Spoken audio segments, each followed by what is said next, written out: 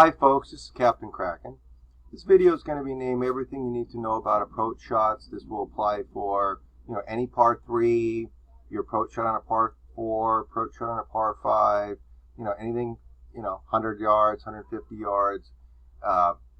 All these techniques apply. So let's just start with all the basic stuff and we're going to run right through. Because basically in order to calculate your shot, you've got to really do three things. You've got to take the complete distance from your ball to the pin, which that's 118 yards. You've got to take into consideration the 4 foot, which is down. And you've also got to take into consideration this wind, which is 8 to 10.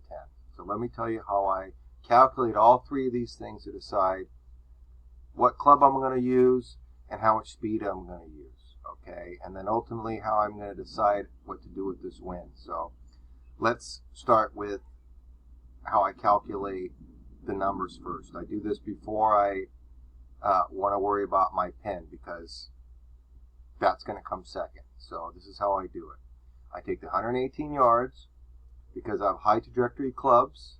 This 4 feet down really isn't going to affect me much. Now, if you've got medium to high trajectory clubs, you're probably going to want to take a 2 feet off, so you're looking at about 116 shot. Now for me, I can play this and it seems to have no effect. If it was lower, more than 10 feet, then I'm looking to take something off the shot. So that's how I adjust these two numbers. So now I've calculated, I'm still looking at 118. Now I go to the wind. The wind's 8 to 10. Now, based on all my play, I can tell you I've never had a 7 or a 11, and I've usually never had 8s. I've usually had it anywhere from 9 to 10. So to me, it's safe to calculate 410. So I take 118 and 10, which how I do this is that I add 1 yard per every mile an hour for wind. So if it's 10 miles an hour, I want to add 10 yards to the shot. If it was 5 miles an hour, I'd add 5 yards to the shot. If it was 20, I would add 20. Now, the farther that the farther the shot, when there's strong wind, it's going to take more off your shot. So those are kind of the calculations. But for this shot, it's safe to say we're going to get all of 10 yards from here. So 118 plus the 10, now we're looking at 128 yards. So how would I do this? Would I want to try to take my full pitching wedge and move my ball forward and try to get some extra? Or would I want to take my 9-iron and take something off around 130 or even a less, because I'm going to get less roll? I don't want to hit it and go forward, or I want to try to bring it back. Well, this is how I calculate, is if the wind's coming at me, I don't want to try to push the ball forward, because it's not going to want to, I call it the undershot.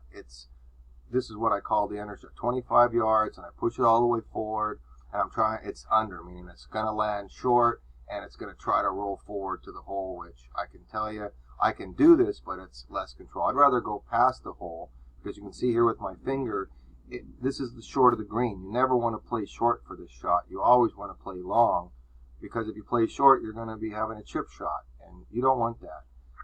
As you can see, right here's not a lot to work with. I would rather be behind it than hit way short and be down here. So that's how I calculate that. Now the wind, you can see it's pushing, not completely coming at 12 o'clock. It's a little down, so if I was just on the hole here in a perfect shot, it's probably going to move at least a foot, maybe even 2 foot. So I'm going to just adjust for that wind, and that's where I'm going to adjust my shot. So now we're back to 118, and now I got to decide at the last time, do I want to use this 125 at full, or do I want to go to my 135, go full back spin, and knock it off? I know that right here is around 130, and here's around 125, so I want to be a little bit past, so it'd be safe to say to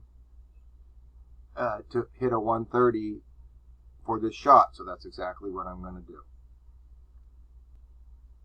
Okay, so here we go. Alright, I've got full back spin, going around 90%. Let's see what happens. There's a ding. Let's see, it's carrying. Let's see. Boom, just like I said, a little past the hole where I'm comfortable being. Now, would I like to get a little closer? We can work on that. But again, I'm just trying to tell you, I had control of that shot. I knew it was going to be past the hole, and that's the gamble I took rather than being uphill.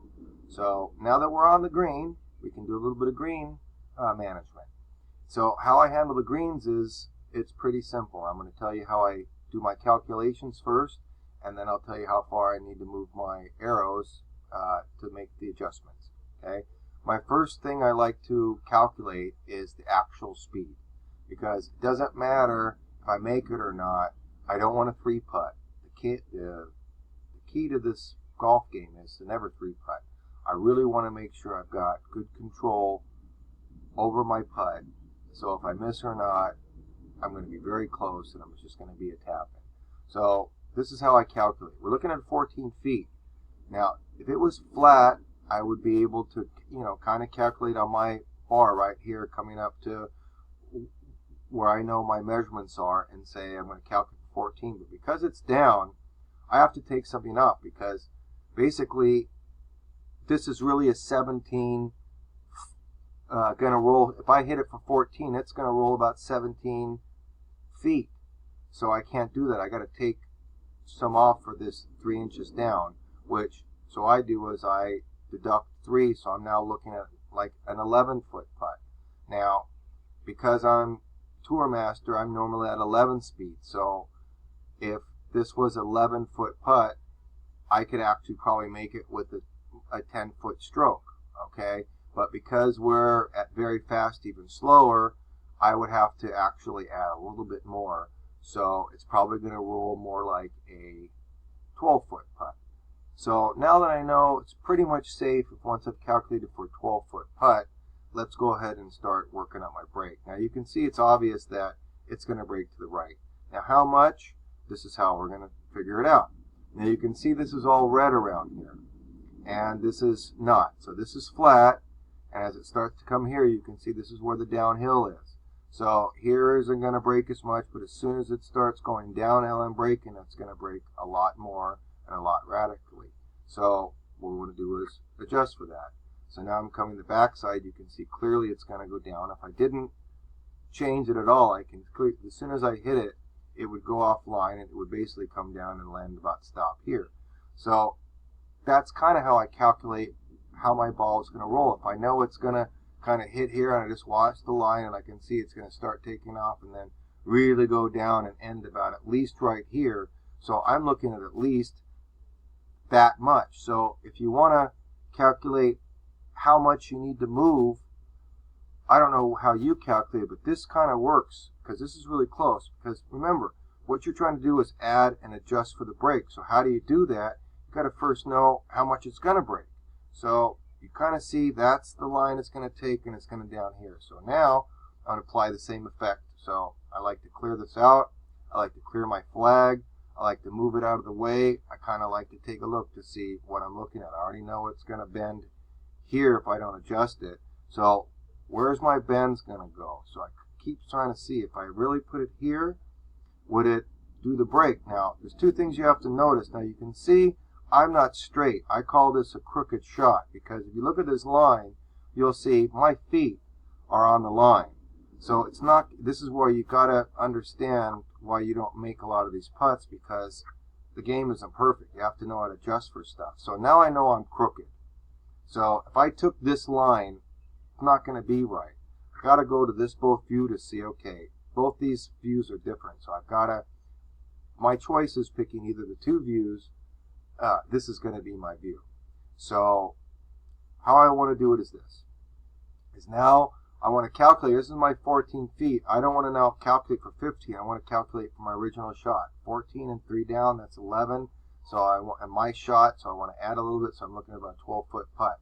So I see if I move it here, what I'm trying to tell you folks is that normally I'd be lined up here, so my whole adjustment different. I'm actually starting below the hole already, so I have to actually add a lot more for that. So now let's just look at the putter preview and see what it wants to do.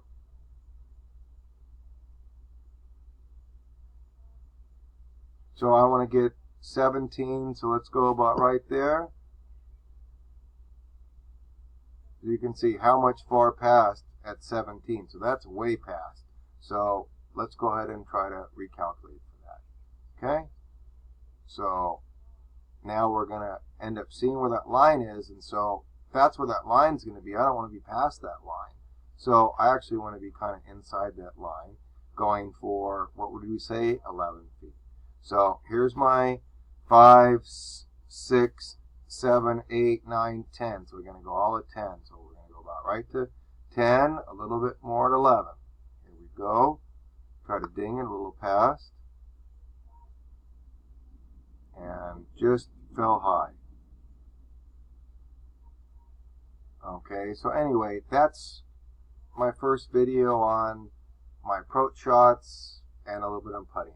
Again, thank you for watching my video and enjoy.